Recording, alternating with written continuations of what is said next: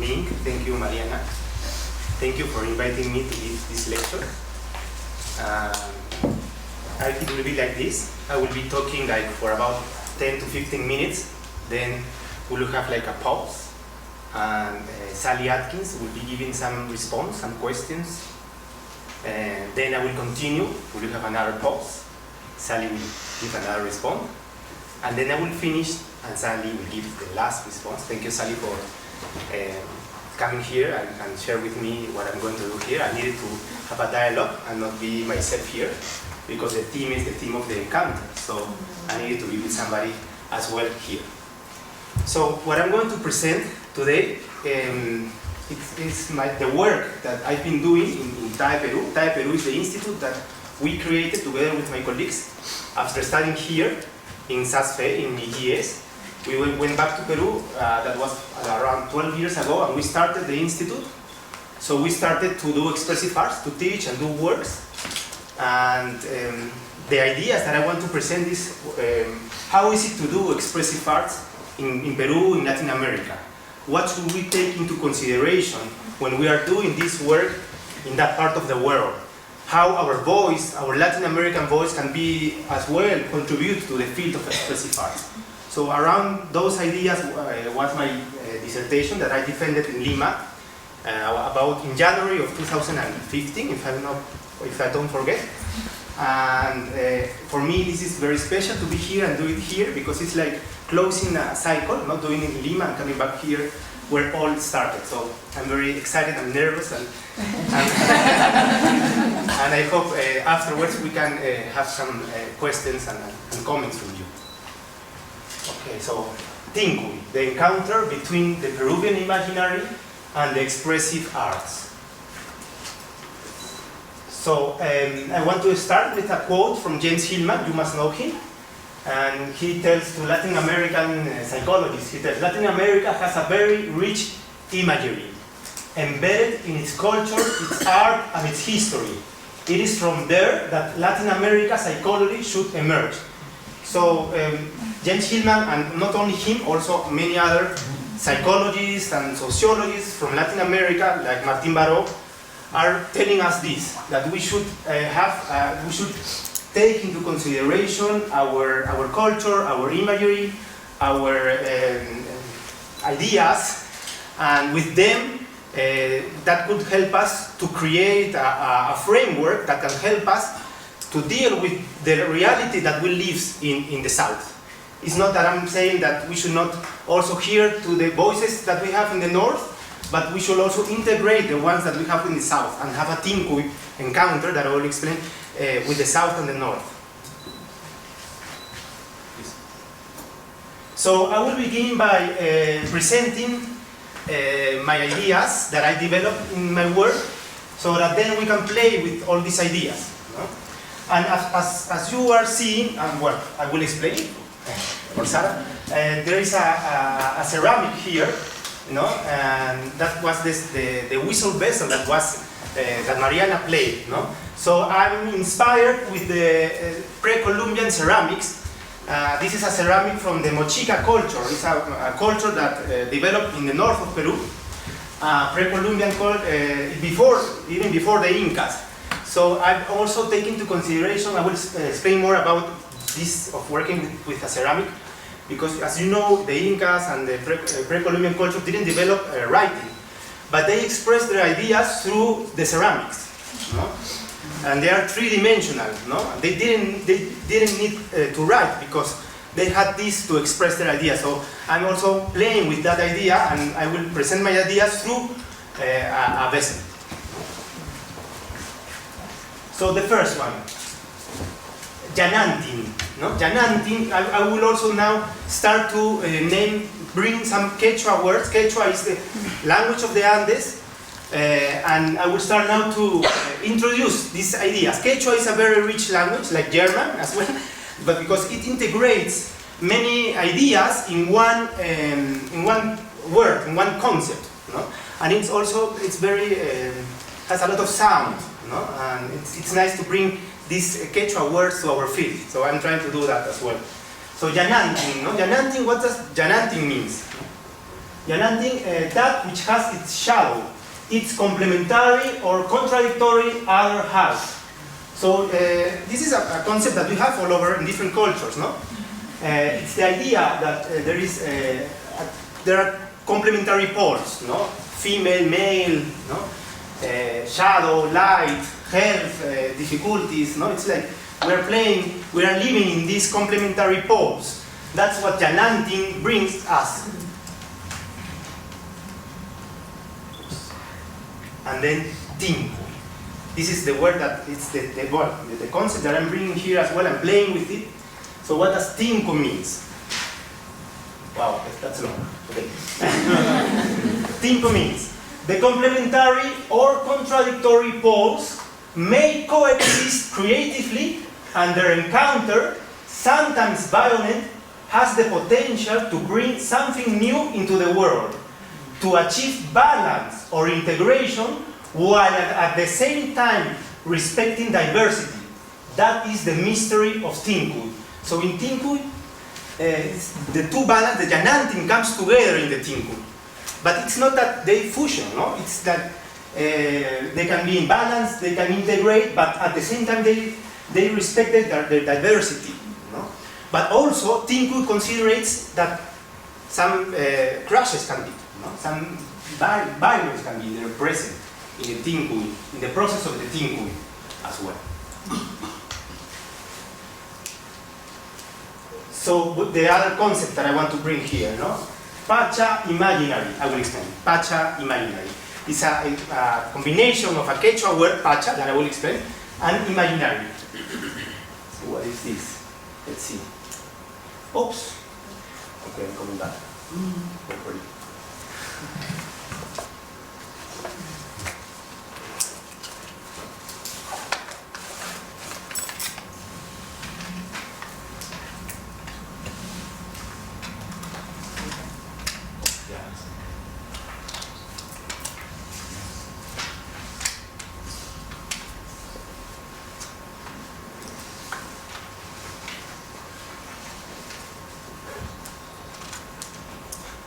So, yeah, the Peruvian imaginary, what do I mean by Peruvian imaginary? No? I mean the myths, the folk arts, nature, and the worldview of Peru. So, what I'm saying here is that in expressive arts, we work with the creative resources that the people have. But I also think that there are resources from the place where we are working. I'm calling it Peruvian imaginary, but you could call it the Swiss imaginary, the Bolivia imaginary, the imaginary of the place where you are, or the place where the people that you are working with. So I also think that there is a rich resource in the imaginary of the people or the community that you are working with, and that resource we have to take in the myths, the arts, nature, and the way they think about, no? of how they are in the world. And it's related to the concept. It's not a concept. Pacha could be translated into cosmos, maybe. That would be the best way to translate Pacha. But Pacha is everything. Pacha is a goddess. No? Pacha is very important for the people in the Andes. No? It is the world, the nature, the space, time, and this is very special, and a communitary-based egalitarian form of interrelating. Pacha brings us in the world in a community way of being in the world. And we have to relate, the people in the Andes relate with the Pacha. The Pacha is alive, no? They have a communication with Pacha. So what I'm trying to mention here is that when we are going to work in our field, we have to bring the Pacha in, bring the Peruvian imaginary, bring the imaginary of the place where we are.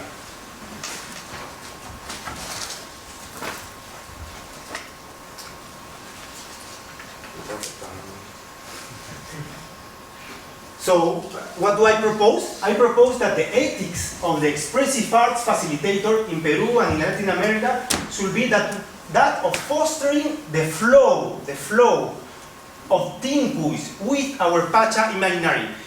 That's what I'm trying to bring here. We should have this Tinkus with our imaginary. But we have a problem. We have a challenge to do this.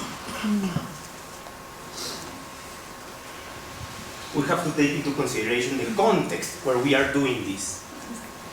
And I want to bring the ideas of Aníbal Quijano, a Peruvian sociologist. No? And he together with many other Latin American sociologists, talk about that we are living in the context in Latin America of the coloniality of power. That's the concept that he developed, the coloniality of power. What is the coloniality of power? No? The consequence of the conquista are still present where we live. No? A few still have the control and the power of the way a majority lives. So he also says that our being is colonized in a way. Our way of living is colonized. Our culture is colonized. So we are under this coloniality of power ideas that are very present wherever we work in Latin America, in Peru. So also in my dissertation, I bring two historical characters to live again and to try to see how they can interact in this present. And there are two, there are historical characters, but I try to bring them here and see how they could relate now. One is Pizarro. Pizarro was the conquistador that came to Peru. And the other one is Atahualpa. Atahualpa was the, you will not say king, but he was ruling the Inca Empire in that time. No? So Pizarro could represent, I'm playing here, it's not that I'm saying something strict. No? Pizarro could represent the white, the modern, the future, the rational, and the one that has the power. And Atahualpa could represent as well the indigenous, the archaic, the past, the intuitive, the submission. So in Peru, we are stuck within these two characters. Or we are Atahualpa, or we are Pizarro. And we are stuck between these two poles that don't come together.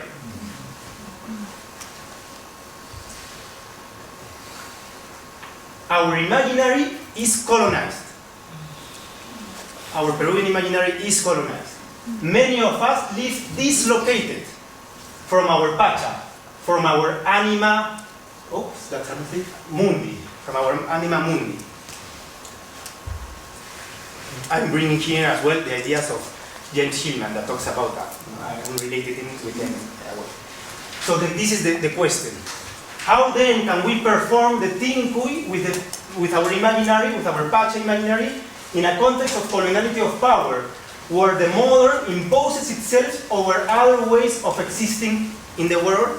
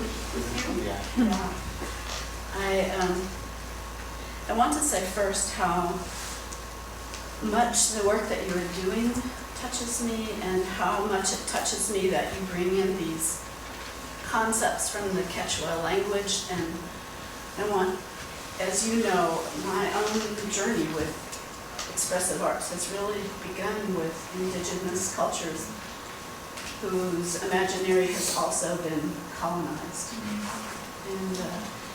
And I think your question that you put here is a question not just for Peru and not just for indigenous cultures really all over the world, but for all of us. How do we perform the Tinque with the Pacha imaginary in the context of the coloniality of power, which is so in our world, all over the world today?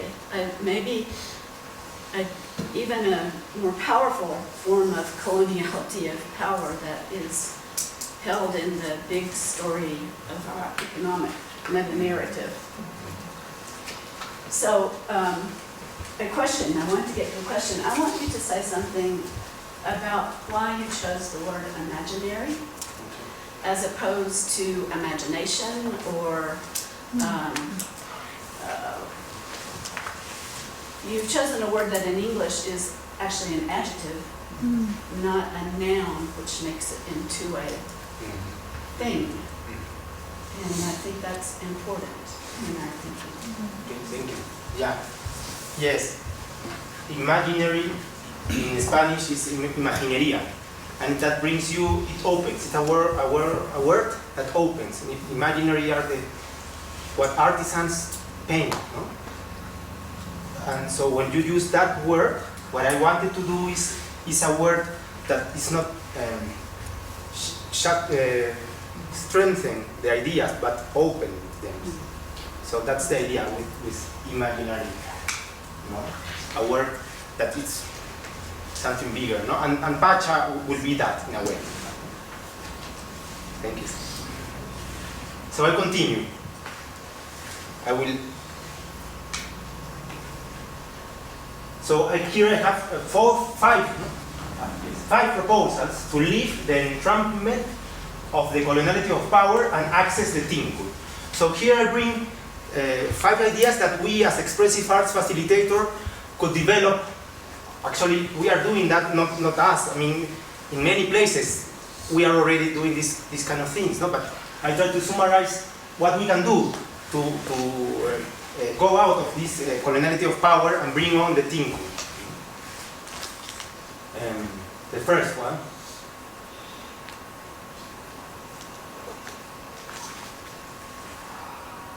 Denounce existing inequalities. And I want to bring here as well the work of José María Arguedas. He was a novelist, a sociologist, an anthropologist, and I think that he was our first expressive art facilitator in a way. So I really like him to be here as well. So I will talk more about him later. So Arguedas' work is a poetic example of how to do this. The aesthetic reality he created not only details the anguish and the human behind in which we live, it also proposes ways to transform our situation.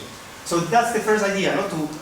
That's what people are doing actually, really, to denouncing through arts, through poetics, these existing inequalities.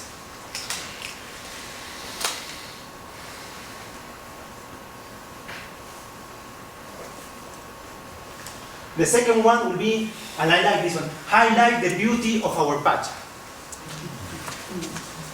The major lesson that Arguedas left us was that of highlighting the beauty of his culture, traditions, and wealth, rather than identifying with the aggression that surrounded him in the face of the inequalities and the coloniality of power he experienced.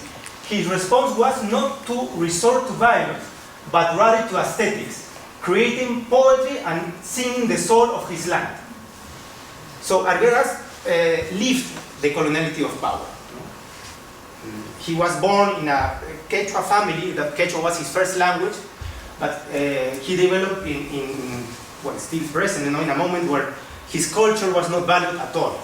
And the way he responded to this was not through violence, as I'm saying here, violence that we live as a country, with the Shining Path movement that we had this war, no, in our country from 1980 to 2000. Our country was divided in a war. We were in the middle of the terrorism and everything. No? So instead of that, he used his poetic voice to highlight what his culture had. and to dialogue his culture with other cultures. So he wanted to be like in the same level, no? with the different cultures, saying this is also valuable. You should hear to this.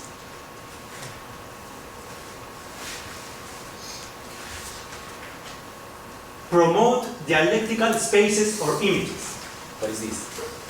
Create liminal spaces where dialectical images, I'm bringing here the ideas of Walter Benjamin as well, may search for. So what is this? No, I think that in our work, we create dialectical spaces. What is this? I think that expressive arts can access the time of the pacha. What is the time of the pacha? It's a different time from the time that the modern world brings.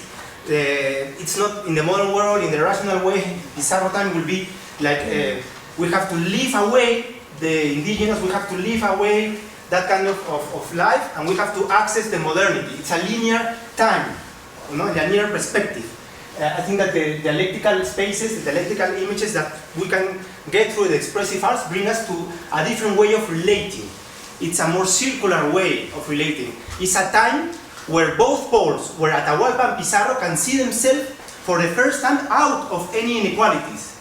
And in that space, in that time, maybe something can happen.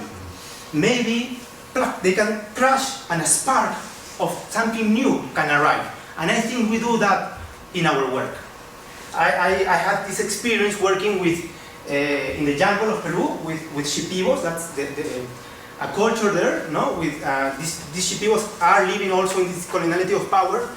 And the idea of the workshop was to work with them, no? And see how they can maintain their culture and change it as well. I mean, it's not that I'm saying that we should go back to a way of living, no? I'm saying that we should find a place where we get out of the coloniality of power and both poles can see themselves in a different way. That's the idea. So I work that with this group, and we access the dialectical image. We access that. I think that our expressive arts access to that kind of time, different kind of time, where new things can happen.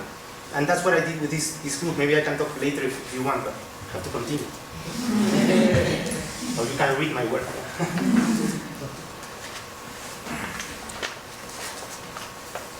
Yeah. Strengthen tincus llanantin comunitas. And I also bring the work of Victor Turner here as well. You know? As I was telling you, no? In Peru, in Latin America, there are thousands of groups that are working and doing this. Thousands, literally, of people doing this work in the streets. They're taking the arts and doing this with the people, with the community that really need it. It's not an invention from us. It's there in the world. It's there in Peru. And I think one of the works that we are doing in Thai Peru, we're trying to work with them, you know, and see how we can work together. And it's not that we go and we tell them, of course, you know that we don't do this, but I want to tell you, it's not that we go there and we say, this is the way you should do your work. No. It's in the tinku way. We go and we do art together. So we go and they offer us their art and we offer our art. And doing this, new ideas can develop. They can learn from us and we learn from them. We are doing this, and we want to create like a network of all these people and groups that are working, you know, and doing this work.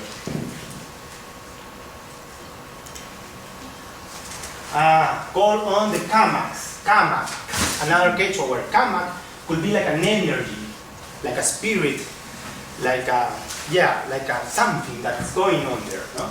Call on the kamaks, energies of intermediaries. Our Peruvian imaginary is inhabited by beings such as the Mochicas Ayapaec or Arguedas Don Diego. Is a character of one of his novels. It's kind of a trickster, among many others. So Ayapaec was the god of the Mochica, and he wanted to communicate its people with the world below and the world above. No? He helped his people to bring, no, the gods, no, from above and behind. No? So he was like a kind of intermediary, no, that goes to the world of the above, the world of the below, no, and bring that to his people. No? And the trickster is Don Diego is a character that moves from one place to another. So our work could be seen like this. We are like intermediaries that can go from Atahualpa to Pizarro, from this, and we can dance. We are in the in-between. It's like a trickster, no? I mean, bring the humor as well. Not bring, okay, let's not see this so serious. How can we play with this? Going here and there, no? From one place to the other one, and see what happens. How we can play to be like a channel, no? That integrates both poles.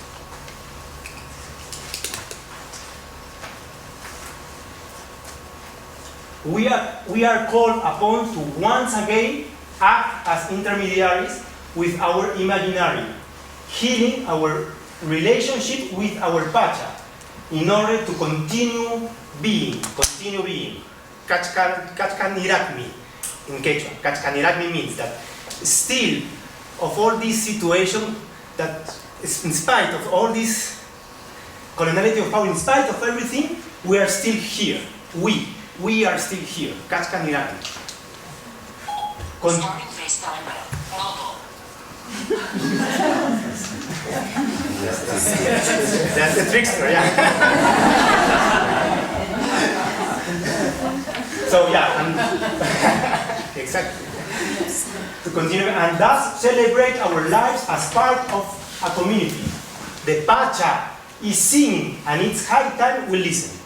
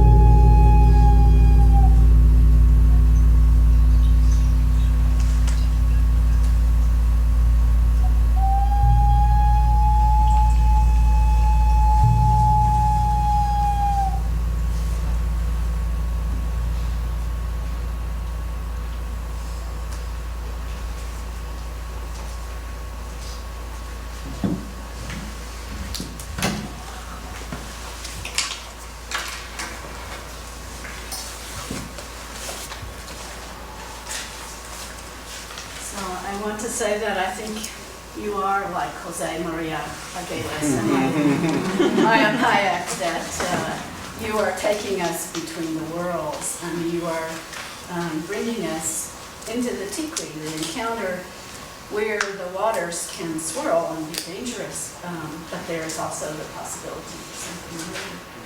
And I think that that's exactly what you did in your dissertation. And I wish you would say something about how you did that in writing, how you could turn this kind of incredibly deep and rich ideas from this language and this Pacha imaginary, how you could put that into a book. And I know that because I've had the privilege of reading every word of it. I know how you used historical fiction or creative nonfiction, and you used personal arts-based research and group arts-based research and interview and many different ways interwoven together to make this a really beautiful portrayal of what we're talking about. So, good question. Thank you. Yeah, I did all that. I mean, I did some interviews with experts because I'm not an expert in the worldview of the Andes, so I did many interviews. That's one thing that I did. I also did an art-based research experience. I wanted to connect myself with my own Peruvian imaginary. How do I live my Peruvian imaginary? And that I think that we should all do. We should all connect with our own imaginary. How is our relationship with our own imaginary in our country? No? How we relate with it? And I discovered many things. No, I discovered that I was not connected with it. So I did some art-based research. I did a performance. No? Somebody helped me, and I danced my imaginary. And then I also create a workshop with my colleagues where we try to see how we live these concepts. No? So we went to a place and we connect with these ideas, no? Through the expressive art. Then we harvest. And of course, I also spoke about the different works we are doing in Latin America. No? So I kind of learned from that experience, no? As well, no? Processing. But then that was my data. No? The data was there. I had many things, a lot of things there. And that was a challenging part, no? Because how can I present all this? So what I did, I had everything there, and I started to write, no? In a traditional way. But that only lasts like 1 hour, so no, I cannot do this, and this is boring. I want to continue being excited about doing this. So I said, okay, I love to write, so I used creative writing, yeah, creative writing. So I started to, for example, in one chapter, Ayapaek, I have an interview with Ayapaek, and I play with the characters. I started to play. So what I wanted that the reader can feel this Pacha time, this Pacha experience. So the reader feels the tinku. That's what I wanted to do. No? So I think this is a tinku methodology, that I bring different kinds of methodology and play with it. So yeah, if I can give an advice for the people that are doing this, I would advise to get excited about and to think about a way of still being with the arts. Don't go away with the arts. Keep in the artistic way, still when you have to present, still when you have to write. Keep with the arts. Don't go away with it. If not, it will be really boring for you and for the ones that have to read it. So, yeah. Okay, let's continue. So finally,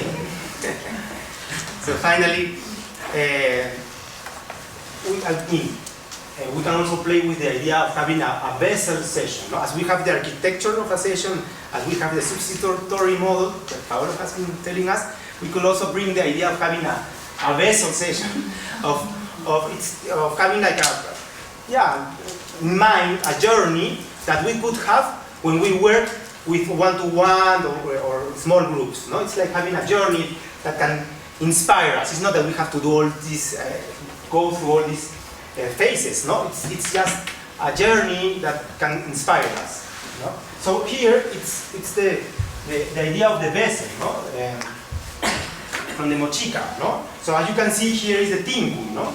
The connection between the two poles. No? And the water goes in, no? And then it goes out. So water is very important in my work as well. No? Water as a metaphor. We, as expressive facilitators, are the channel that helps the water to continue flowing, no? From up to down, no? The flow of the water. No? And yeah, so I will explain this.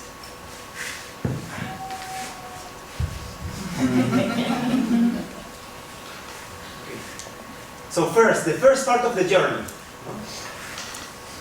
Before starting our journey with our clients, before starting this experience with them, we have to first recognize the jananities. Before commencing any itinerary, it is necessary to recognize the difficulties and resources of our clients and those existing in the space where we work. So it is like, okay, there are difficulties, there are challenges, but yeah, there are also many resources. This is a resource-oriented as well, many resources there. But the resources of the imaginary, of the Pacha imaginary. Not only the inner resources, but the resources that we have outside. Sometimes, in such difficult situations that we live in Latin America, that's a great resource to have. Really, it's a great resource to have, to look at what is there in the imaginary. So we have to go beyond the psychological. Sometimes, well, I come from a clinical psychologist background, so we have to go beyond that.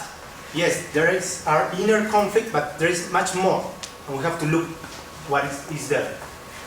So that's the first task, to recognize these. How are these entities? To see them.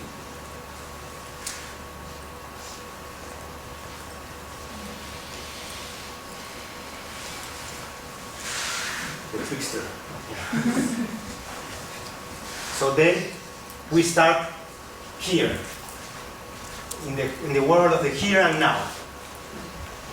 We call it the Hanan Pacha in Quechua, in the world of here. Once we have recognized the Yanantins, they must interact. Bring about the tingus, with our past and our history, geography and nature, difficulties and resources. The sickness or comes when we are dislocated from our resources. There are like two rivers that don't meet, so we have to bring this thing. Then, that we have done, we can go to the world of the below, the Uku Pacha. What is the Uku Pacha? Open yourself to death. What is this? Open yourself to your ancestors. Open yourself to a metaphorical death. It is the possibility to leave something behind that may be doing us harm so that the new may search forth. So what is it that we have to leave as Pizarro or as Atahualpa in order to have a really Tincuy? What is it that we have to leave that doesn't allow us to keep flowing? And in the Andes they have this beautiful ritual at the beginning of the rain season that they clean the canals, the channels, so that the water can really flow. So they take away the stones. They throw them away in a ritual way. So what is it that has to die in us? So once we have done that, once the water has come to the bottom of the vessel, the water evaporates. The water comes out as well. And it goes to the Kai Pacha, the world of the above. Go out to the community. So the new things that the journey has brought must benefit not only the person who made that journey, but the community as a whole. So what I have learned from my experience or the experience of my clients in that process has to go out and share it with the community. It's a dance. It's not that I'm saying all should be community. No, it's a dance. The Tincuy, the Yananti, the individual, and then the community. The problem is that when we are staying just in only one place, it's our own thing. We have to open for the community. So yeah, I will finish with a trailer from the. It's a trailer of a documentary from a Peruvian filmmaker called Javier Corcuera, and that was a very interesting finding. No, when you are connected with your subject, when you are really connected with what you are investigating, nice things will come to you. Really, and I will tell you a story. When I defend my dissertation in Peru, I also did the same. I present this trailer, and when we go out of the dissertation, you know who I found outside? Javier Corcuera, in the street. He was passing through. I saw him.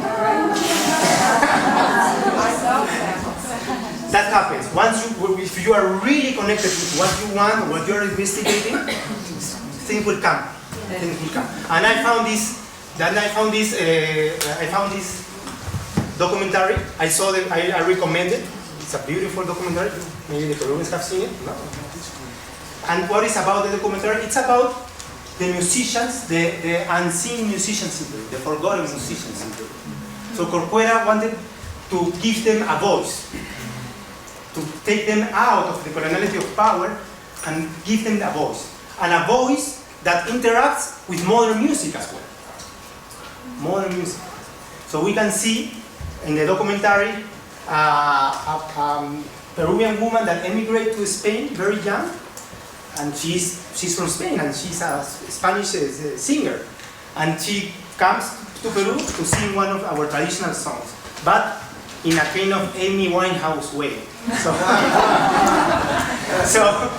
it's true. I mean, maybe if we have time I can show. But so he wanted to do that. That this is the idea that I'm trying to bring here. Not that what Corcuera did with our musicians. That's one thing I was surprised to see. The documentary, it's amazing to see how these musicians have a voice and how this voice comes together with other voices. No? And the other thing he did, the photography of the documentary is amazing because it describes how the water comes from our jungle through the mountains, through the Andes to the coast. He describes that journey of the water. So for him, the water, like me, has a special meaning, no? That the water should keep flowing. The water should not be contaminated. The water should not be stopped. The water should be for all the community in a way. And we can take these ideas to our work. So, yeah, and the photography of the documentary shows our pacha. Shows our are we okay? Yeah, it has sounds because the sound. That's what we're trying to figure out. Okay, so we need sound to see if there's. Okay, we'll see and if it's works. Okay, so yes, I'm finishing now. So yeah, so I forgot what I was saying. But yeah, the idea is this: how the water comes and runs. Yeah, the imaging, the photography. Yeah. I'm becoming a trickster now. Yeah. So. And yeah, the idea is that you can see in that documentary the pacha. You can see, really. It's amazing.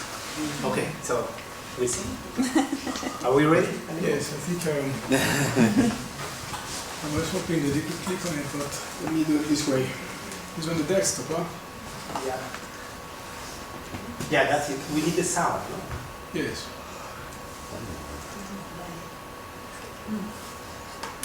And if it can be big. Sure. I'm sorry, I'm asking. Okay, it's okay, thank you. Okay.